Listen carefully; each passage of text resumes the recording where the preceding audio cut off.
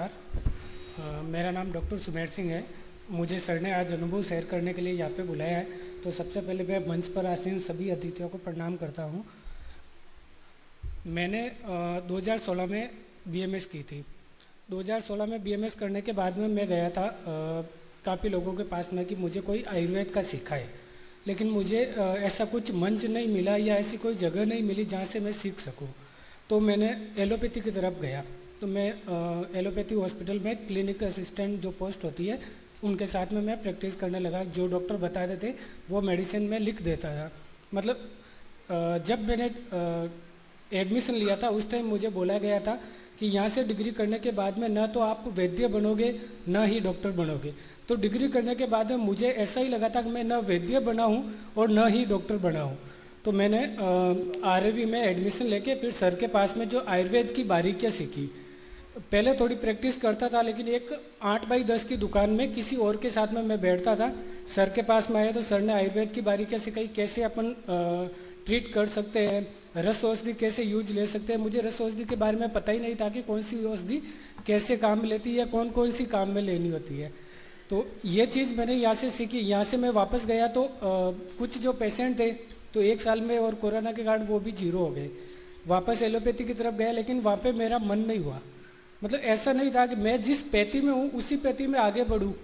पैसे जरूर मैं कमा रहा था, वहाँ पे मुझे 50,000 रुपये मिल रहे थे, लेकिन एक संतुष्टि नहीं थी। तो फिर मैंने वापस आयुर्वेद की तरफ अपना ध्यान लगाया। तो सर से भी मार्गदर्शन मिलता रहा। जहाँ पे भी मेरा मतलब अटकता था कि किसी पेशेंट को मैं ठीक नहीं कर पा रहा हूँ तो सर से मार्गदर्शन लेता था। सर बताते भी थे कि इनको ये चीज़ दो और इस तरीके से दो, इतने टाइम में ये चीज़ ठीक हो जाएगी। धीरे धीरे कारवा बढ़ता गया। तो उसके बाद में मैंने मेरी खुद की जो है एक मैन्युफैक्चरिंग यूनिट खोली है। मैं खुद मेडिसिन बनाता हूँ।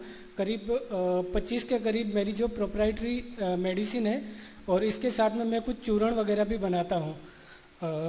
तो इसके साथ में जो अपना क्लिनिक जो चल रहा था वो दोनों चीज़ चल रही है। अभी पिछले रविवार को ही NABH की मेरी असेसमेंट पूरी हो गई थी। तो सर से मतलब आशीर्वाद भी लिया था, सर ने बधाई भी दी थी। तो ये होता है कि अगर आप अपनी ही पैथी के अंदर प्रैक्टिस करोगे, अपनी ही पैथी में आगे बढ़ोगे।